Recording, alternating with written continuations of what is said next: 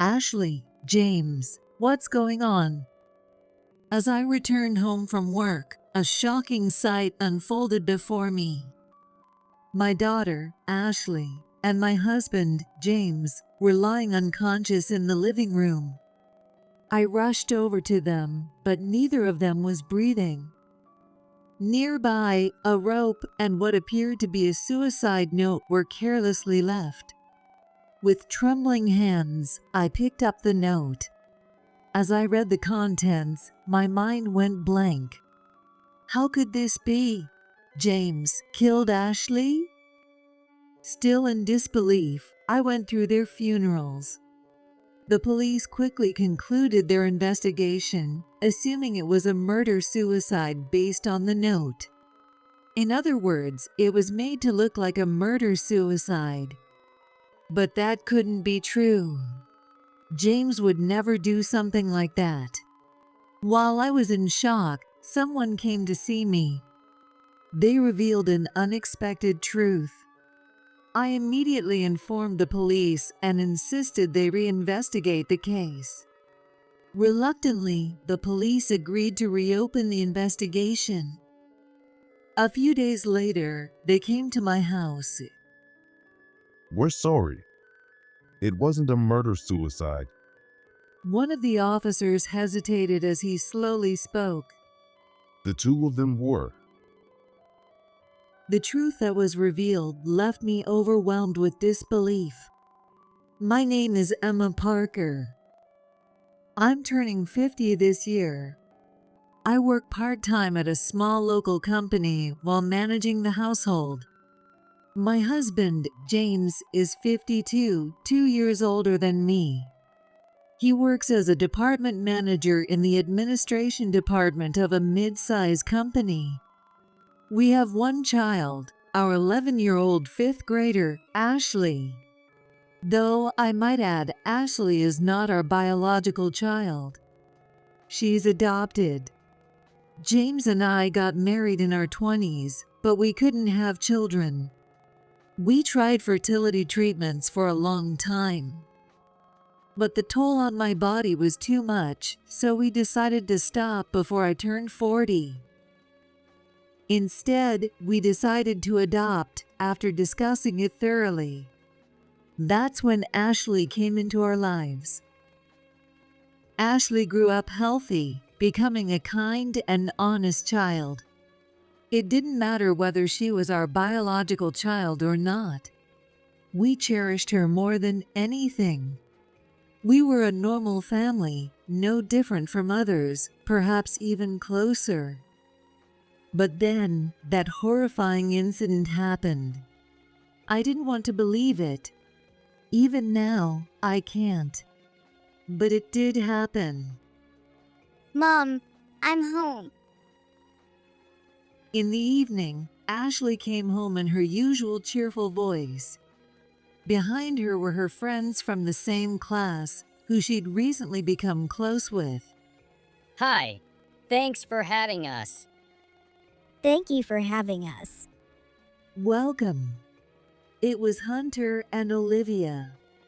Hunter is a playful boy who's great at video games, and Olivia is a responsible and smart girl. For some reason, they all clicked, and recently, the three of them have been playing together a lot. They headed straight to Ashley's room and seemed to be having a blast playing games together. Hearing their excited voices made me smile. I prepared snacks for the three of them in the kitchen. It was some reasonably priced pound cake I bought at a local bakery. I briefly worried that it might be too cheap, but I decided there was no need to be pretentious. The children in the elementary school Ashley attends, many of them come from wealthy families. This area has many well-known companies, so naturally, there are quite a few CEOs and other affluent people living nearby. We only ended up here because we were able to buy the land from James' relatives at a discount and built our house here by chance. We're not wealthy. That's why the lavishness of these families came as a bit of a shock. At school events, many parents dressed extravagantly and carried high-end brands. I felt a bit uncomfortable with that atmosphere. I felt out of place in my non-brand clothes, and even the conversations at the parent-teacher meetings were dominated by talk of overseas trips and fancy restaurants. I still vividly remember how uncomfortable I felt. Naturally, their kids wore nice clothes and had a taste for finer things. So I hesitated to serve Ashley's friends a cheap snack. But there's no need to spoil kids with expensive treats. It's better for Ashley not to get used to luxury at such a young age. With that in mind, I knocked on Ashley's door and went inside. Today's snack is pound cake. Enjoy, everyone. The kids cheered excitedly. Awesome. Thanks, Mrs. Parker. Thank you. Hunter's eyes sparkled, and Olivia politely thanked me. Ashley also smiled and said, "Thanks, Mom." Kids are so innocent, regardless of what the adults think. Or so I thought until Hunter said something unexpected. Mrs. Parker, isn't this the $2.30 pound cake from the bakery by the station? Ah, wow, Hunter, you know your stuff, but it's really delicious, even though it's inexpensive. I was a bit nervous that a kid could see right through me. That bakery's $6 cheesecake is the best. Expensive stuff just tastes better, right? Is your family struggling financially, Mrs. Parker? Hunter's blunt question left Ashley and me looking flustered. Is this the kind of conversation they have at home? As I was trying to figure out how to respond, Olivia jumped in to help. That's not nice, Hunter. It's rude to talk about prices. Oh, whatever. Anyway, we recently ordered a cake made by a famous pastry chef, and it was amazing. Hunter ignored her and kept bragging. I was taken aback, but Ashley and Olivia seemed genuinely interested. Well, I guess it's normal for kids to want to brag at that age. Since they were getting into their conversation, I quietly left Ashley's room. That night, James came home. We all sat down at the dinner table, and Ashley, as usual, started chatting away. Today, we all played games again. I managed to beat Olivia, but I just can't seem to win against Hunter. He's really good at games. Plus, he's so knowledgeable and such a foodie too. Yeah, I know. I replied casually. I felt a bit conflicted remembering what had happened today, but it seemed like Ashley wasn't bothered by it, so that was a relief. Still, I was surprised when Olivia suddenly brought up the price. I thought his family was well off. I remember seeing his mom at the parent-teacher conference, dressed in expensive clothes, looking down at me. It made me think that everything about their lifestyle must be high-end, and they probably eat only the best food. There's no way they'd even consider something as cheap as a pound cake. Unaware of any of this, James was smiling happily. I'm glad you have good friends. Yeah, ever since I joined this class, I've been having so much fun every day. It was the same peaceful time as always. I was so naive. I never imagined that these days would suddenly come crashing down. But soon enough, I started to notice something was off. Lately, Ashley didn't seem as energetic. I wondered if something had happened at school. Maybe she had a fight with a friend, or she was struggling with her studies. She also hadn't been eating much at dinner and was spending more time in her room. That day, too, she went straight to her room after getting home. She used to come to the kitchen saying, "I'm hungry," and cheerfully talk about what happened at school that day. Worried, I bought her favorite muffins on my way home from work. I thought I could listen to her troubles while we ate them together. Ashley, it's snack time. Imagining the smile on her face, I opened the door without knocking. Wait, don't come in. She shouted in a panic, and something fell from her hands. Oh, sorry. Wait, what's this? I picked it up. Ashley's face went pale. It was a pregnancy test. What? There was a clear line in the positive section. What is this? What's going on? I couldn't believe what I was seeing, and my voice trembled. Well, That's all Ashley said before she clammed up. No matter how much I asked, no matter how angry I got, she wouldn't say anything. The only thing she admitted to was that the test was hers. So Ashley was pregnant. It didn't seem real. Sure, she had started her period this year. But she was still a child, just an elementary school student. I'd heard that some kids already had boyfriends, but Ashley didn't seem like that type. Even when I asked who the father was, Ashley wouldn't say a word. Could someone have forced her? The thought sent a shiver down my spine.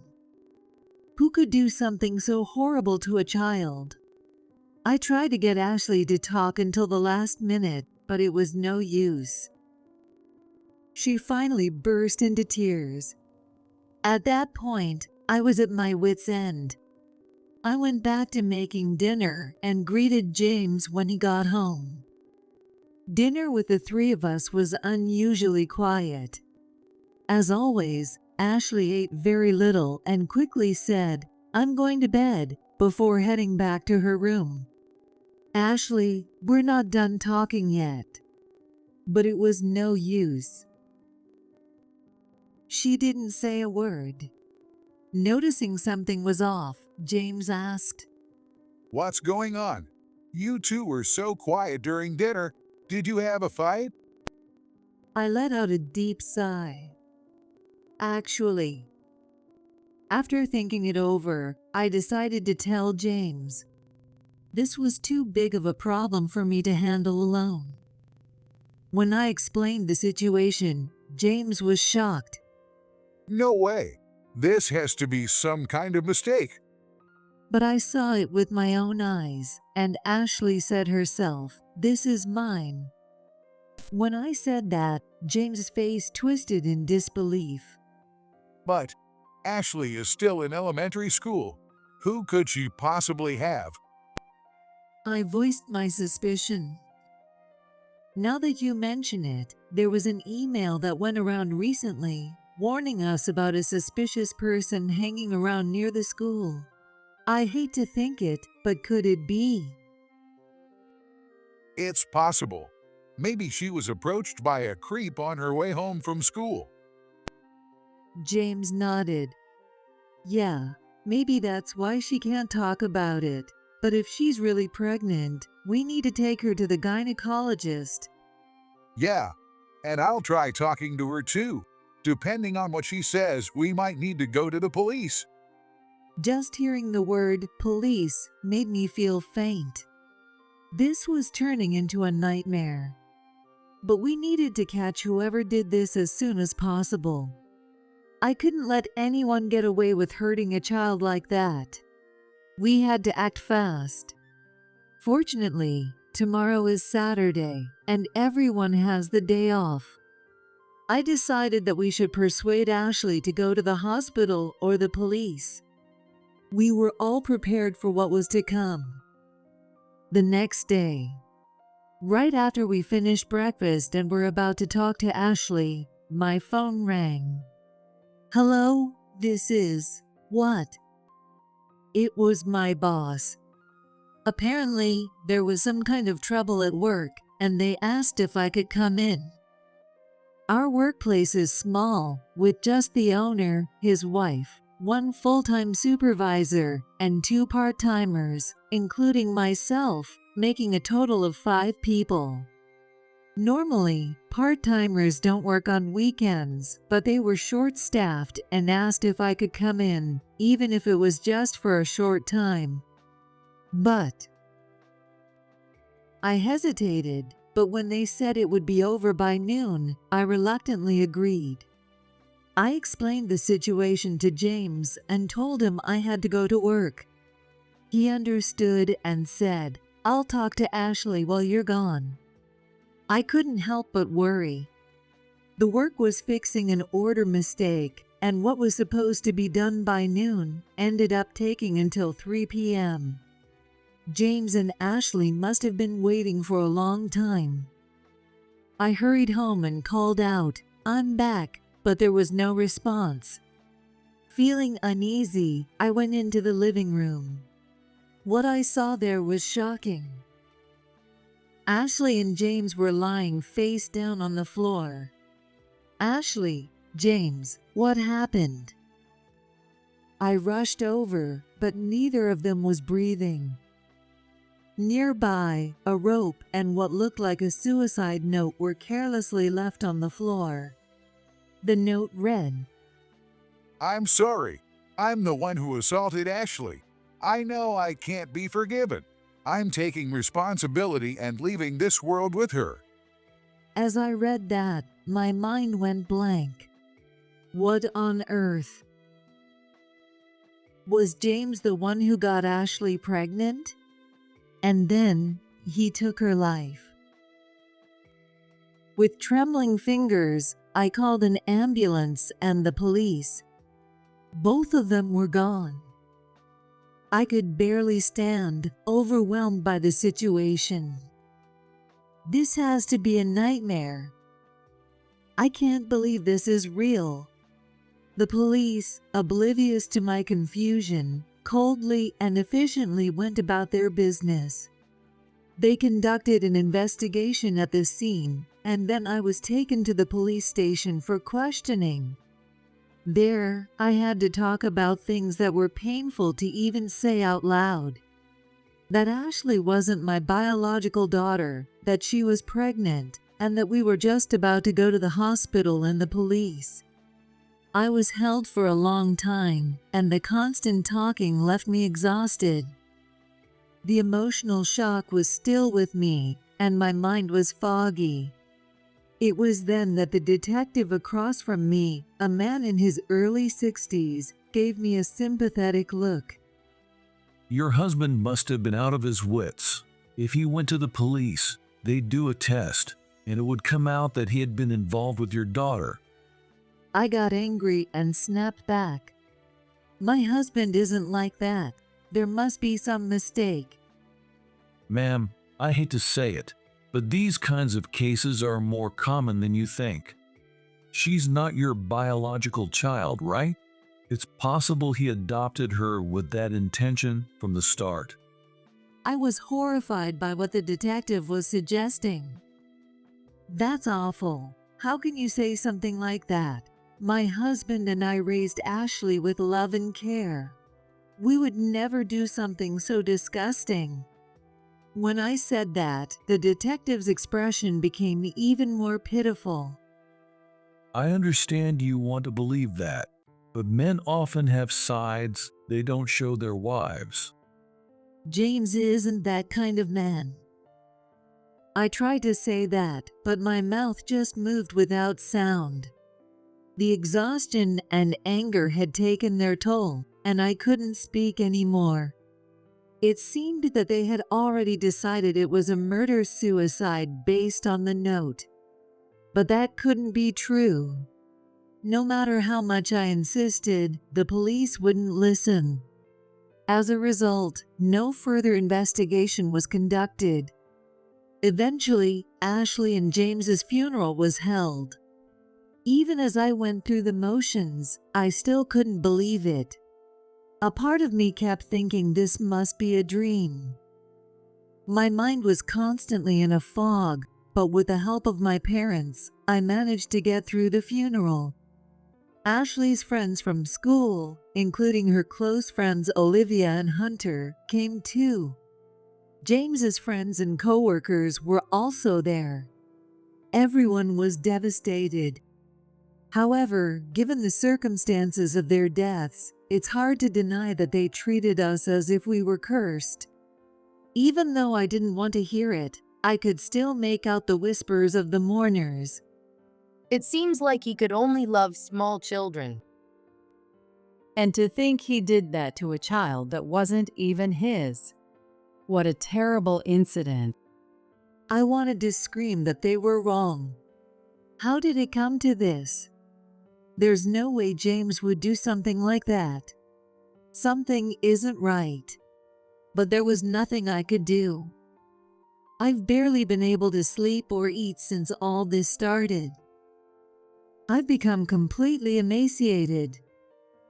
My life was so ordinary before, so how did it end up like this? With no will to do anything, time just kept passing by. Then one day, the doorbell rang and I opened the door. It was Olivia and her mother. I hadn't seen Olivia since the funeral. Her face was even more swollen with tears than it had been then. Ma'am, Thank you for coming, Olivia. Forcing a smile on my tired face, I guided her to the altar. Olivia, still crying, offered incense to Ashley. Ashley, I wish we could have spent more time together. I wanted to play games and study with you. I miss you so much, Ashley. Hearing the pure voice of a child, I felt tears well up in my eyes too. But after a while, something changed. Olivia's sobs grew heavier. I'm sorry. I'm so sorry. It's all my fault. What? What do you mean it's your fault, Olivia? Olivia's mother spoke up in her place. Actually, there's something Olivia told me. And then I was told something. It was a shocking truth. I see. Thank you for telling me, Olivia. I was stunned as I listened to the story. I think we should inform the police about this. Olivia's mother said firmly. But I lowered my head. But they've already closed the case, saying it was a murder-suicide. Then Olivia's mother said something surprising. I have a relative in the police department. I'll talk to them and ask if they can reopen the case. I'm asking too. Ashley and her dad don't deserve this. Olivia pleaded with tears in her eyes. Their words stirred something inside my heart, which had been weighed down by despair. All right. I want to find out what really happened to Ashley and James. With Olivia and her mother's help, I'll summon the strength to do whatever I can. A few days later, I went to the police station to share the information Olivia and her mother had told me. I briefly explained everything to the middle-aged detective I'd spoken to before.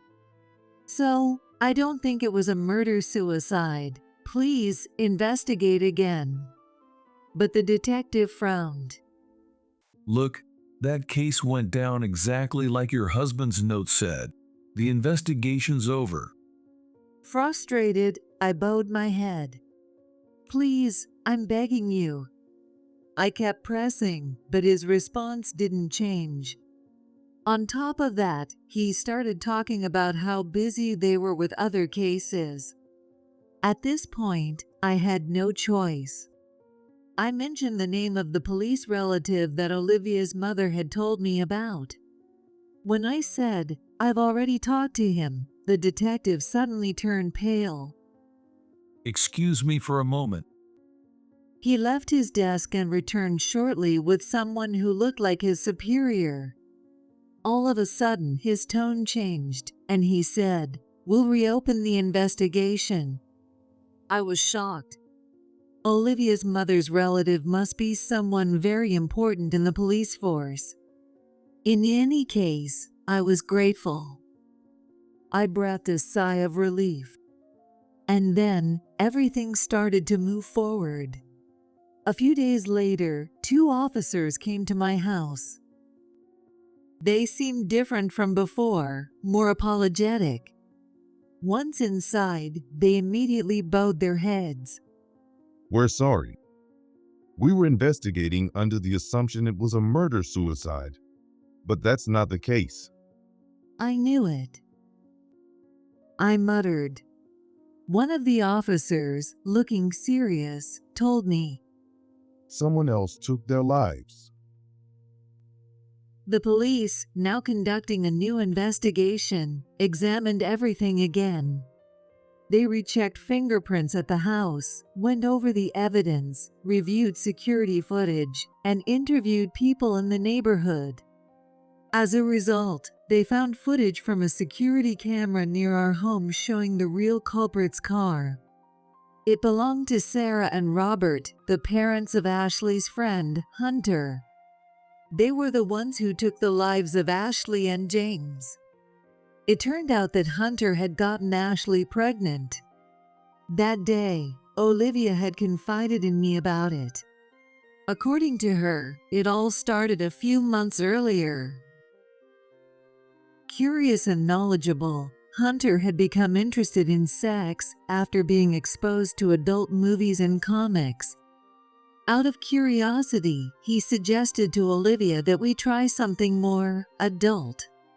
Olivia didn't have much knowledge about what that actually meant, but she had a gut feeling that something wasn't right. So she refused. She didn't feel comfortable spreading the story around, so she kept it to herself and didn't tell anyone. After that, Hunter gave up trying to persuade Olivia. Instead, he turned his attention to Ashley. According to Olivia, Ashley didn't seem to have much knowledge about such things either. From what I could see, Ashley was innocent and didn't seem interested in that kind of stuff. Ashley is so kind. I think she couldn't say no to Hunter. She probably didn't understand what it would lead to. I should have told her to refuse Hunter's advances. If I had, maybe things wouldn't have ended up like this. It's my fault. Olivia said this, crying. She regretted not warning Ashley.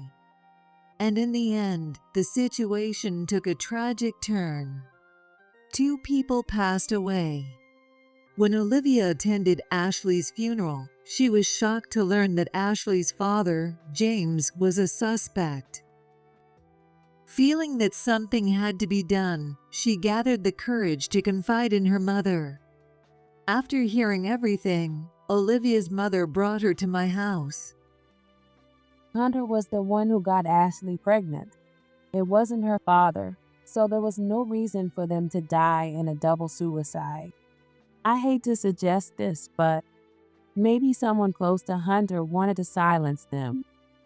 Olivia's mother hesitated as she spoke, but it turns out her chilling suspicion was correct. Hunter's parents, Sarah and Robert, had hatched a plan. It all started when they found out about Ashley's pregnancy. Ashley, confused by the changes in her body, probably told Hunter what was happening. Naturally, Hunter's parents, Sarah and Robert, found out as well. They panicked. Hunter's family was a prestigious one, filled with high-ranking elites. A scandal involving their elementary school son was out of the question. So they decided to get rid of Ashley before the situation could escalate. They likely envisioned a story where she was assaulted by some pervert and then passed away. At first, they planned to lure Ashley out alone. She was probably called out for some reason and was going to go out by herself. It happened on a Saturday morning after I had gone to work. However, James must have confronted Ashley and pressed her for the truth. Ashley, in turn, told him everything. So, the 2 of them went to Hunter's house together. This, however, was something Sarah and Robert didn't expect. They had instructed Ashley to come alone, so having James there threw off their plan. Panicking, they altered their strategy. They decided to make it look like a double suicide involving both Ashley and James. After the deed was done, they moved the bodies to our front living room. Next to Ashley and James, they placed a rope and a forged suicide note.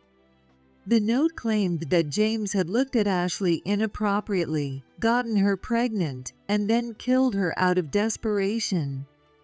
To avoid being traced, they typed the note on a computer instead of handwriting it.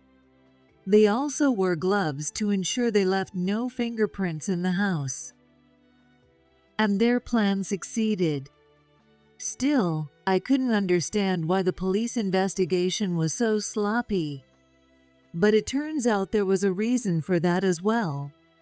In this town, wealthy residents and business owners often receive favorable treatment from the police, as it benefited both parties. As an outsider who wasn't rich or running a company, I was at a disadvantage from the start. There was no incentive for the police to put effort into investigating an outsider's case, so they just rushed through the process. Even though the circumstances clearly suggested foul play, the police didn't bother to investigate and simply accepted the suicide note at face value, ruling it a double suicide. This case was on the verge of being buried in darkness. But then, an unexpected savior appeared. Olivia and her mother. It's likely that the police officer related to Olivia's mother wasn't just a regular cop. He must have held a high position within the force. If that weren't the case, they never would have reopened the investigation. As it turns out, the old detective who had been handling my case was later reassigned. This, too, was probably thanks to the well-connected officer. When they reinvestigated, they found footage from a nearby security camera showing Sarah and Robert's car. Of course, that alone wasn't enough evidence. But they also obtained testimony from a neighbor who had seen a suspicious couple near my house. With this information, they got a warrant to search Sarah and Robert's home. It's unclear if they anticipated this, but the house had been thoroughly cleaned and no fingerprints were found. However, fortune was on our side. They found fibers from the clothes Ashley had been wearing that day in Hunter's house. They also discovered what appeared to be James's footprints outside the front entrance. With this evidence, Hunter's parents, Sarah and Robert, were arrested. At first, they tried to deny everything, but when confronted with the evidence, they quickly confessed. He admitted to having taken the lives of Ashley and James in order to cover up the shocking scandal that elementary schooler Hunter had gotten Ashley pregnant. With this, James's name was cleared. I felt a small sense of relief. It was too cruel that not only was he killed, but they also tried to brand him as a criminal. Afterward, the case made headlines and caused a public stir. TV shows and magazines covered it as the dark side of a wealthy family, and photos of Hunter's family were widely shared on social media. I say apparently because I didn't actually see it myself. Friends and acquaintances told me about it, but I made it a point not to pay attention to unreliable online information. I had to prepare to fight in the real world. This is a trial. As a bereaved family member, I used the victim participation system and decided to attend the trial. I couldn't rest until I said what I needed to say to those people. Rather than wallow in despair, I wanted to strike back. On the day of the trial, I took my seat and immediately noticed Sarah and Robert. Both of them were looking down, appearing much older and worn out. In this state, they didn't resemble the flashy, wealthy people they once were. But more than that, I struggled to contain the anger and sadness that kept welling up inside me. I couldn't forgive them for taking Ashley and James's lives just to protect their pride. When the judge asked, I gave my statement. Ashley wasn't our biological child, but we loved and cared for her deeply. Can you understand the pain of having her taken from us for no good reason? And on top of that, you plotted to kill my husband and falsely label him a criminal, all to maintain your reputation and cover up your child's wrongdoing. I can never forgive you for stealing their lives for such a trivial reason. I demand the death penalty. As soon as I finished, the courtroom fell silent. Sarah and Robert were pale and trembling. Maybe they finally realized the magnitude of their crime. But it was too late.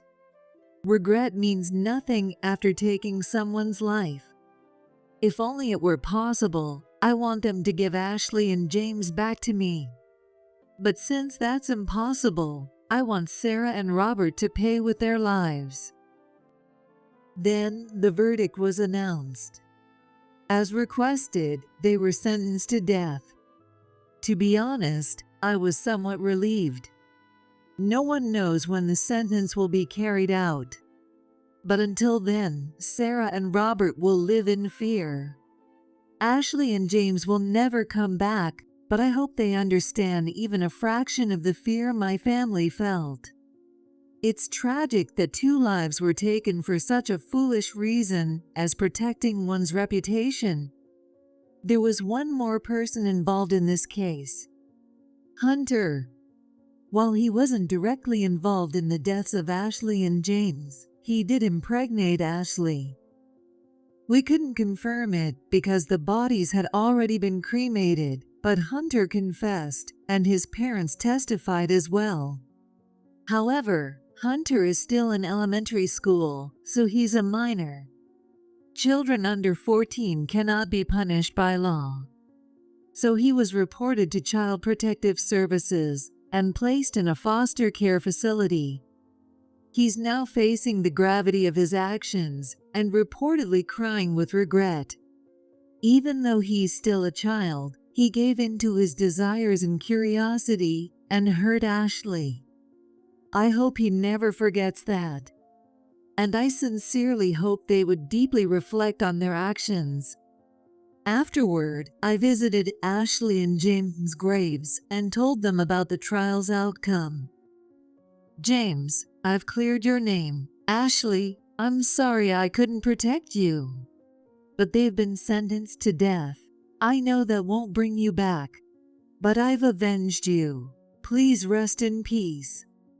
As I spoke, the flowers I had just placed trembled slightly.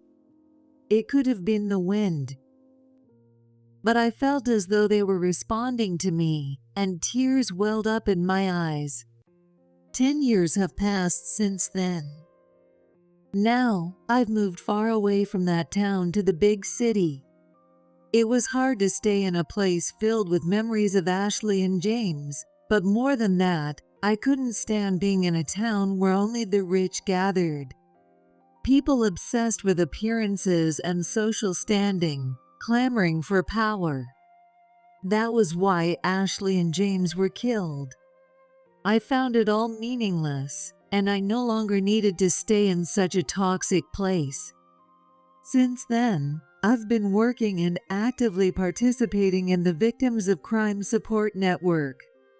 I organize lectures, propose meeting spaces for victims to talk, and engage in various activities. Helping me with this is Olivia. She's now a college student majoring in psychology. When she moved to the city for college, she started assisting me with my activities. Olivia had been burdened with guilt, feeling that she should have warned Ashley. But the fault lies entirely with Hunter's family, not Olivia.